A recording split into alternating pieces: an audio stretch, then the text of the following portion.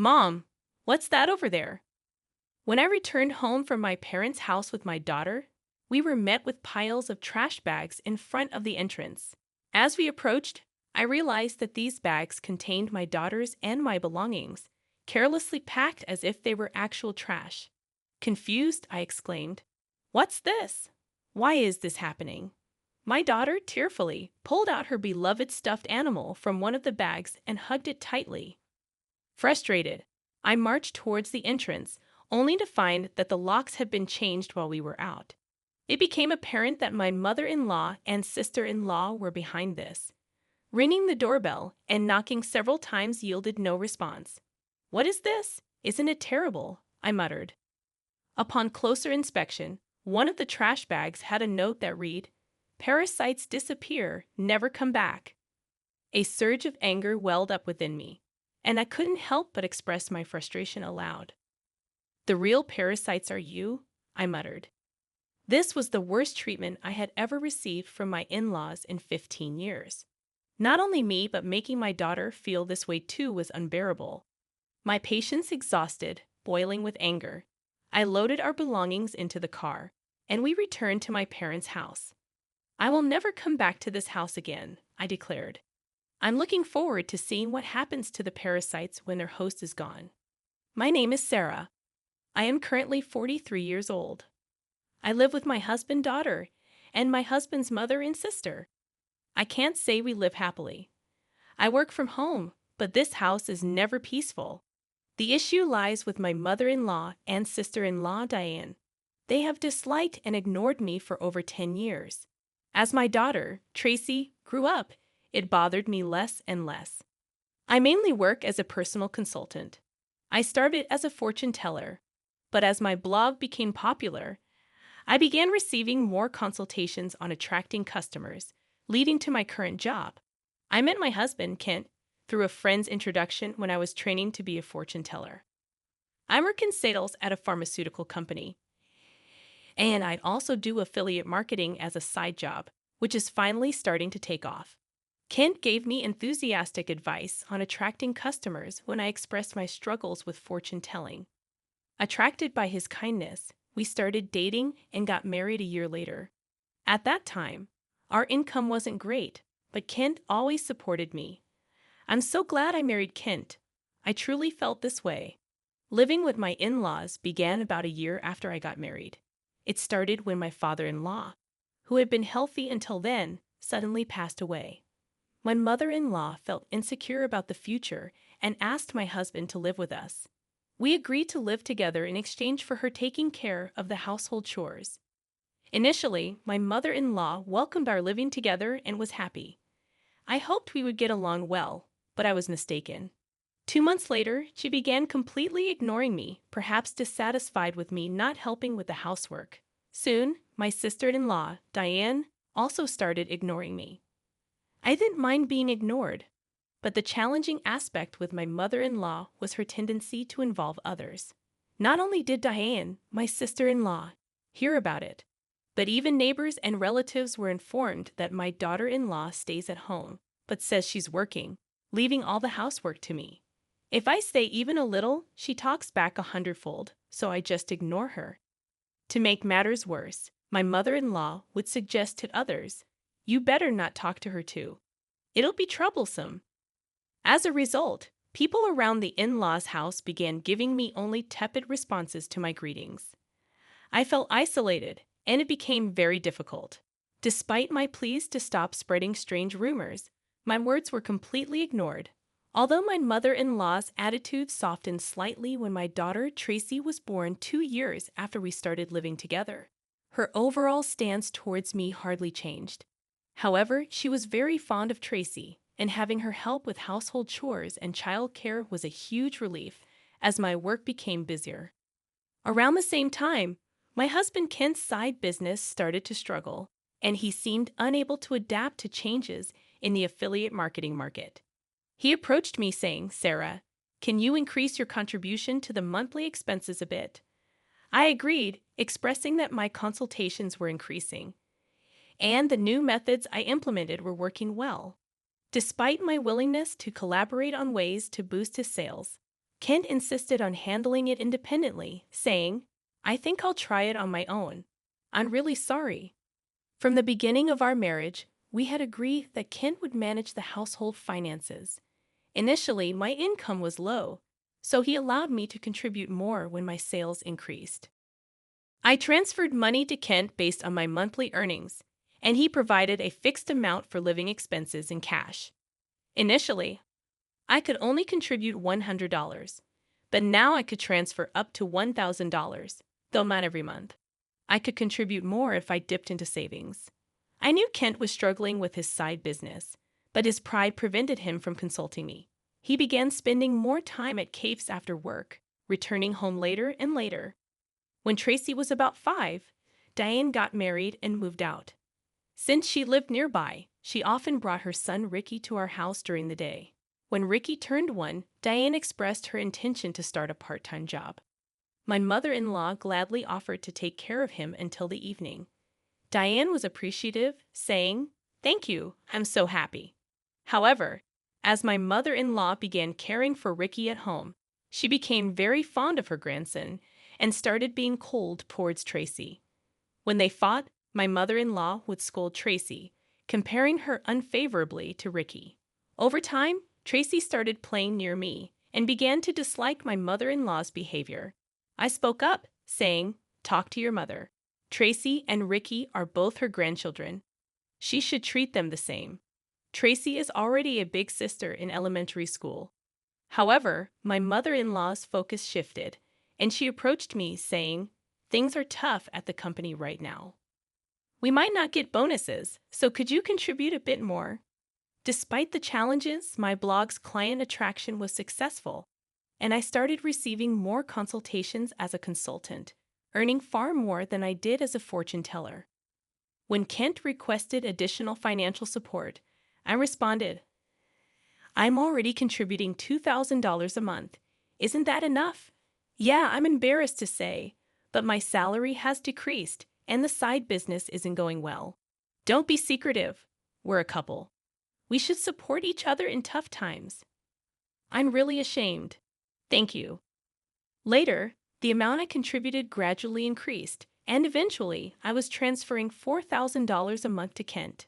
Still not wanting to hurt his pride, I let Kent continue to manage the finances. When Tracy was in 6th grade, Diane came back home with Ricky. It seems Diane got divorced due to her infidelity, but I don't know the details. By this time, Tracy could help around the house, so household chores were divided among each family, being ignored by my mother-in-law, and Diane continued, but it no longer bothered me. It's unfortunate that I couldn't give Tracy her own room when she started middle school, as Diane's return meant we ran out of rooms. One night, while discussing which tutoring school Tracy should attend for middle school, Diane suddenly said, "Hey, tutoring is expensive. Why doesn't Tracy study by herself? Could you stop making such comments? I'm paying for the tutoring, so it's none of your business what Sarah's paying." "Impossible. You don't earn anything. Kent said he's supporting you. You're just a leech, aren't you? Ha ha, you married him because he has money, right?" "Exactly. Kent told me not to speak ill of Sarah, who can turn, but that's just shameless." My mind was filled with questions. What does this mean? What has Kent been telling his mother and the others? Kent is the one supporting this house financially. It's about time we put an end to the parasite's lifestyle. I feel bad for Tracy, but if we pay for her tutoring, we won't be able to pay my compensation. Not be able to pay? Are you saying our house is paying for your compensation, Diane? Kent said he would pay for it. You should spend your money on Ricky. I began to understand the deception and felt my anger rising. My husband had always managed our household finances, and my mother-in-law had taken care of the household chores and child care until Tracy grew up. So I thought they knew I was also contributing to the household expenses. Is Kent bearing all the expenses of this house, including your living expenses and the compensation Diane is supposed to pay? Be quiet.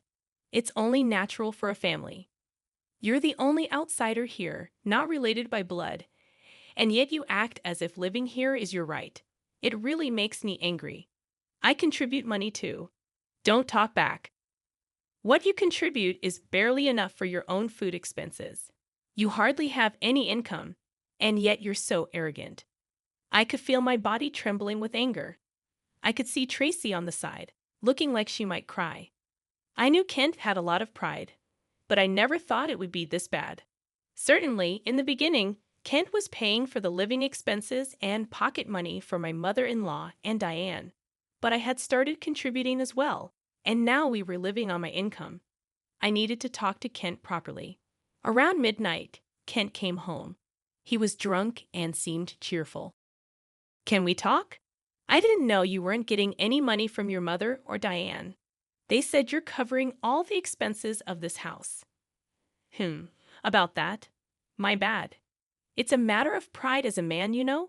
When we started living together, I was paying for everything. There wasn't a right moment to say you were also paying, and in front of the family, let me be the eldest son a little, please. Kent, with a light-hearted tone like in a comedy sketch, put his hands together. Oh, that's right. I'm going to Conan this Saturday. I'll be gone for a week. Take care? Conan? Why? I got invited to a seminar in Conan by a friend I'm doing a side business with. I'm going to make it a success, so cheer for me, Sarah. Well, I'm off to sleep. See you tomorrow. My husband lay down on the mat in a cheerful mood and soon started snoring. My anger wouldn't subside, but recently, with Kent coming home late, we hadn't talked much, and I had no idea about this. I thought he was joking while drunk, but on the weekend, Kent really left with a large suitcase. During Kent's absence, I had the freedom to use the car, so I decided to take Tracy back to my parents' house. The next day, a shocking event awaited us. Mom, what is that? When Tracy and I returned from my parents' house, there were piles of trash bags in front of the entrance. Upon closer inspection, these bags contained mine and Tracy's belongings, carelessly packed just like real trash. What is this? Why is this happening? I don't understand. Tracy, crying, pulled out her beloved stuffed animal from the bag and hugged it. Furious, I headed towards the entrance. Has the lock changed? It seemed that the locks had been changed while we were out. This must be the work of my mother-in-law and sister-in-law, Diane. I rang the doorbell and knocked several times, but no one came out. What is this? Isn't it terrible? Upon closer inspection, one of the trash bags had a note saying, "Parasites disappear, never come back." I felt a surge of anger from the bottom of my heart. The real parasites are you. I couldn't help but let out a swear word. This was the worst treatment I had ever received from my in-laws in 15 years. Not just me, but making my daughter feel this way too. I finally lost my patience with boiling anger. I loaded the luggage into the car, and we returned to my parents' house. I will never come back to this house again. I'm looking forward to seeing what happens to the parasites when their host is gone. When we returned to my parents' house, they were shocked. I hadn't told them about the ignoring from my in-laws, the money issues, and most of all, their attitude towards Tracy. Not wanting to worry them, my parents said, "There's no need to go back to that house. You should claim compensation from them." They cried with anger and told me to stay with them. My mother's words, "You really had it tough," made me cry too. In reality, I had been trying my best all this time. Enough is enough. I finally decided to confront my feelings while staying at my parents' house. I contacted a friend who had introduced me to Kent. She was connected to Kent's side business friends. "Are you doing well? I want to ask you something. Do you know if Kent's friends are currently in Conan, that famous entrepreneur seminar, right? I was invited but wasn't interested, so I declined." "Kent didn't go, did he?" "Yeah, that's right. By the way, I heard Kent quit his job and is now managing a business with his wife. You two must be close." Yes, that's right." Nonchalantly, I replied and hung up immediately. After I called Kent's company, what my friend said was true, and to my surprise, Kent had quit his job 2 years ago. This meant that for the past 2 years, I had been paying almost all of the living expenses for my in-laws. Looking back over the years, I suddenly felt hollow. A week later, I received a laid-back message from Kent saying he was back in the US. After continuously ignoring him, I stopped hearing from him altogether. He must have heard the news back home. Expecting persistent contact from Kent, I hired a detective to investigate him. The investigation revealed that Kent, dressed in a suit in the morning, spent his afternoons gambling and evenings at a woman's house. So I asked for an investigation into his infidelity as well. 3 weeks later, Kent called me. It must have been close to his former company's payday, and he was panicking. Sarah, sorry I couldn't contact you. I'm sorry for what my family did. I heard they kicked you out, and I was thinking, why did it come to this? Really? Did you tell the truth to your mother and Diane? Kent quickly changed the subject and said something unbelievable. Let's leave that house and live in a new home, just the three of us. I'll cut ties with those who disregard you, Sarah. I'm ready to abandon my mother and Diane, so please come back. Are you really cutting ties with your mother and Diane? Was Kent planning to easily discard them after making them dependent on him? I was disappointed in Kent and his self-centered actions, so I told him, I'm coming back for now, so leave the door unlocked. Kent seemed delayed at my message. A few days later, I returned to my in-laws' house with Tracy. Kent, his mother, and Diane were there, but Ricky was nowhere to be seen. I was relieved that Ricky didn't have to witness the adults' ugly arguments. When Kent made some remarks, I ignored the displeased pair and took out a divorce form from my bag. I confronted the surprised Kent. I heard you quit your job without telling me. Since we're supposedly managing a business together, does that mean the $4,000 I've been transferring every month was actually your salary? Kent tried to excuse himself. No, that's not it. I told you the business was in trouble, right? So, I decided to quit before getting fired. Carly, I heard you quit 2 years ago, right? I called your company, and it's still not bankrupt. Kent fell silent. I pressed further. By the way, what role do you play in our joint business management? Are you the accountant? Kent became increasingly uneasy and started sweating. Kent is supporting the whole family, isn't he, Mother? He quit his job. His side business isn't going well.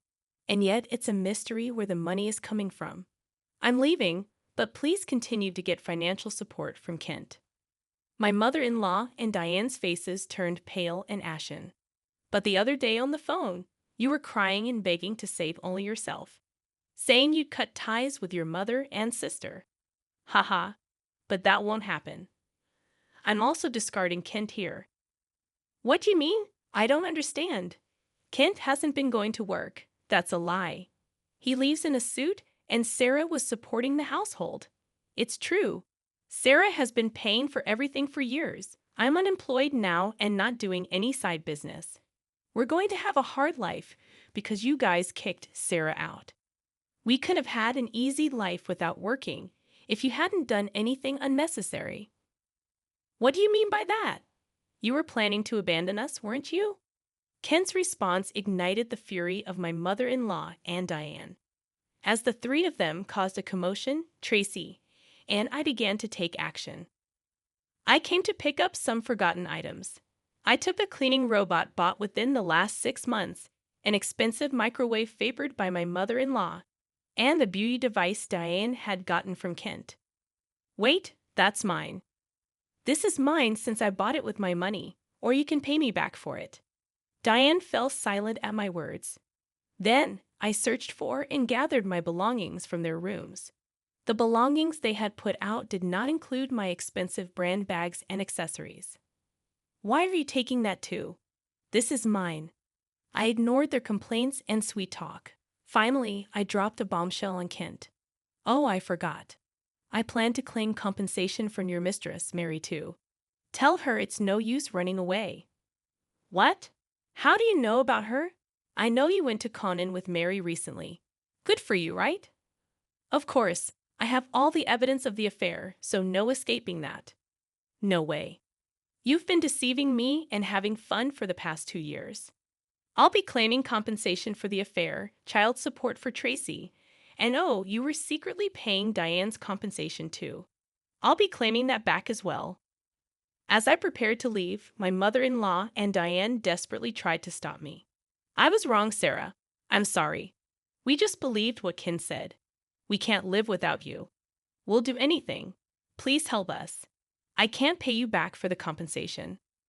I'm sorry too. I apologize for everything. You'll forgive us, right? I couldn't help but laugh at their foolish faces.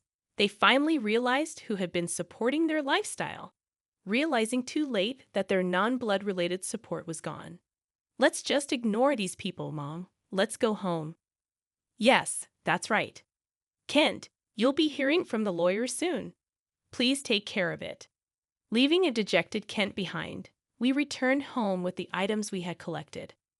Later, my divorce with Kent was finalized, and I demanded compensation through a lawyer. I received numerous apologies and pleas for reconciliation from my mother-in-law and Diane, but I ignored them all. Surprisingly, there was still some inheritance left from Ken's father. The fact that they had been living off my money without using their own angered me again. However, the inheritance wasn't enough for the compensation, and ultimately, they had to sell the house to make a lump sum payment. Naturally, this included the compensation I had been paying for Diane. After selling the house, I don't know what became of Ken's family. I hope Ken can take care of his family, but ultimately, he will choose his path. I also claimed compensation from Kent's mistress, which led to an unexpected revelation. Through the lawyer, I informed her that Kent was unemployed, and I had been supporting the family. Kent had deceived her, claiming he was an entrepreneur with a successful business. In the end, they broke up after an argument. Tracy and I moved to an apartment, and I was able to give her the room she had longed for. I don't think my 15 years were wasted, but sometimes I wonder if I should have made a decision when I started being ignored. Now, I feel happy that my home is a peaceful place.